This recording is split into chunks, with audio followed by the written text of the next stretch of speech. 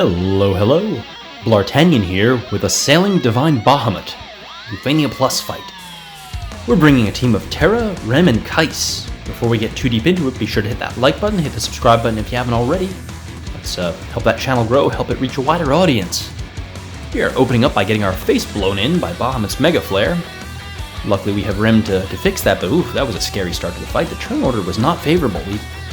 I broke C out of order there with Kais to make sure that they'd all go, because I figured, if we survive that, then we can kind of get all their turns out of the way. I didn't want to break one of them and have to worry about dodging around that turn. So what do we got going on here overall? We got those crystals, and they do crystal things. I think they give Bahamut Brave, which is kind of scary. And Bahamut there, he can't be delayed, can't be deleted. Can't be break delayed either, but he can be launched, and that's what we're going to be doing here. Selfie probably would have been better here than Kais, but as I've said before, I just like Kais more. I just find his playstyle a bit more fun. Honestly, Rem has actually done all she needed to do here. I brought her for potential turn manipulation shenanigans with Kais, but in practice she just ended up healing, dropping Kurasame, and tagging out to Cisne. Goodbye, Rem. You did some good service there. We'll be sure to thank you from the winner's circle. Bringing in Cisne here because, well, she actually doesn't play well with the orb, I have to be honest with you. We'll get to that in a second. But she still plays really well with the team setup we have here, which is to say, Terra spam. I finally blued and green by Terra because I just enjoy it. I don't know why. I can't explain it, I just like using her. So here we go.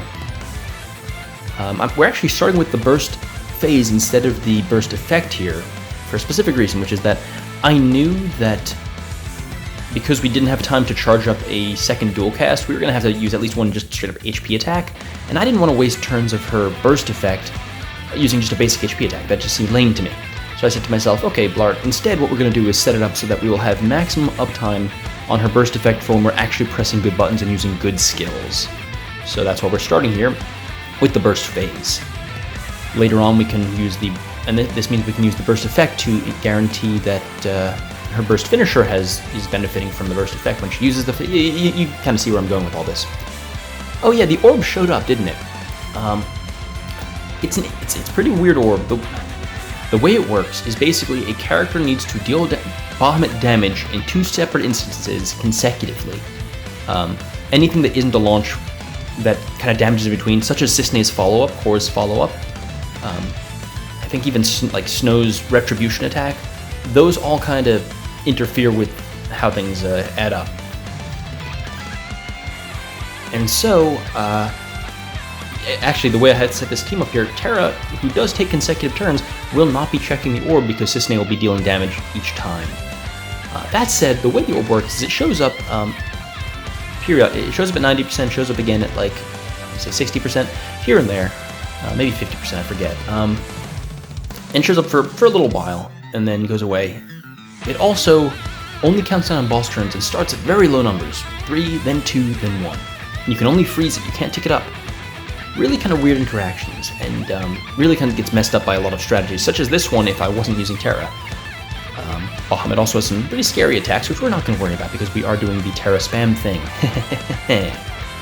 Gonna use Pandemonium now. We're about a third of the way through the boss's health. 60 million HP if I'm not mistaken, and on top of that, a lot of our group 8 attacks will get absorbed by those crystals. So there's this is a beefy dragon right here. Luckily, as it happens, we're capping on everything because, C90s are nuts. We got a burst effect going on, we got a summon, we're doing great here. Leo had the Leo call on Kais, doing even more damage because Terra plus Leo call is pretty nutso. And you can see the orb is back now. Yeah, I was right, 60%. And that would be a problem if Bahamut acted. We are, of course, not going to let that happen because we're, basically cheesing the fight. Even though Bahamut's immune to delay, you can Keystis, and that works really well. Terra, of course, is a great option there. Or you could just play the fight fairly. Plenty of ways to deal with, Zac or something like that probably works really well, etc., etc., etc. But we're not here to go through every exhaustive option as to how to fight this dragon. I'm sure plenty of creative runs out there that you can check out, different content creators, or just experiment yourself. Play the game and see what works, see which favorites of yours are surprisingly good here. Who knows? Maybe someone no one else has thought of will actually prove to be an invaluable piece of this puzzle. But anyway, we have 3 turns left on Terra, no, sorry, 2 turns left on Terra's burst effect, going down to 1, so we're going to go ahead and burst now to take advantage of that raised HP damage cap and, just general good burst effect stuff. Dealing that. This is actually the first time using Terra on this channel that I get the sweet good burst finisher damage, because I always give her the ultimate weapon, which if you don't have a burst plus, you don't, even if you've realized the burst weapon, if you're using the ultimate weapon, you don't get that special finisher. I mean, if it's a green weapon and you're using ultimate, of course, but I'm talking like if you just realized it for the ingot and then equipped the ultimate weapon. Obviously, the ultimate weapon is a bit more worth it than getting bonus damage on the finisher. Anyway, something I like about using Kais with Terra is, unlike something like Selfie, you actually have to time and figure out when you're going to let Kais sneak into those turn chains in order to reapply hero support. Just creates a little bit more of an interactive experience than just, the usual Unga Bunga Terra button spam thing, which I appreciate. Like I said, I like the feeling of how Kais plays. I just find him to be very, what's the word? I guess tactile, viscerally enjoyable? I don't know. Visceral sounds weird, kind of gross. But anyway, we are now on the last instance of the orb. 30% to 0. It goes up and doesn't go away. It's at 1, and if he acts with the orb unfrozen, we are boned. So we're not going to let that happen. Unfortunately, Leo Call is worn off, such as life. That's part of the problem with having to weave Kais in there, is the call doesn't stay up the whole fight, but it's okay. Cisne has been doing some insane damage, even taking into account that like 2/3 of her damage is being absorbed by those crystals effectively. That's not a big deal.